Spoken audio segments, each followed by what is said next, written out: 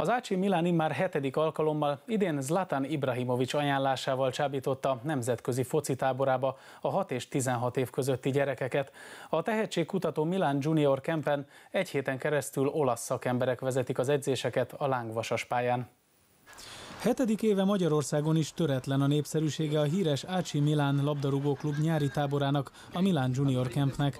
Idén is közel 150 gyermek öltheti magára a Rossonérik legendás piros-fekete mezét. Az egyhetes focisuliban olasz trénerek foglalkoznak a kis tehetségekkel, a legjobbakat pedig ősszel Milánóban látják majd vendégül egy nagyszabású tornán, amelyen pályára léphetnek a világ minden tájáról érkező milános gyerekekkel. Azt hiszem, a gyerekek számára is nagyon sokat jelent a Milán, hiszen ez a világ egyik legeredményesebb klubja. Rendkívül büszkék vagyunk, hogy ezek a srácok is megértik és magukénak érzik egyesületünk eszméit.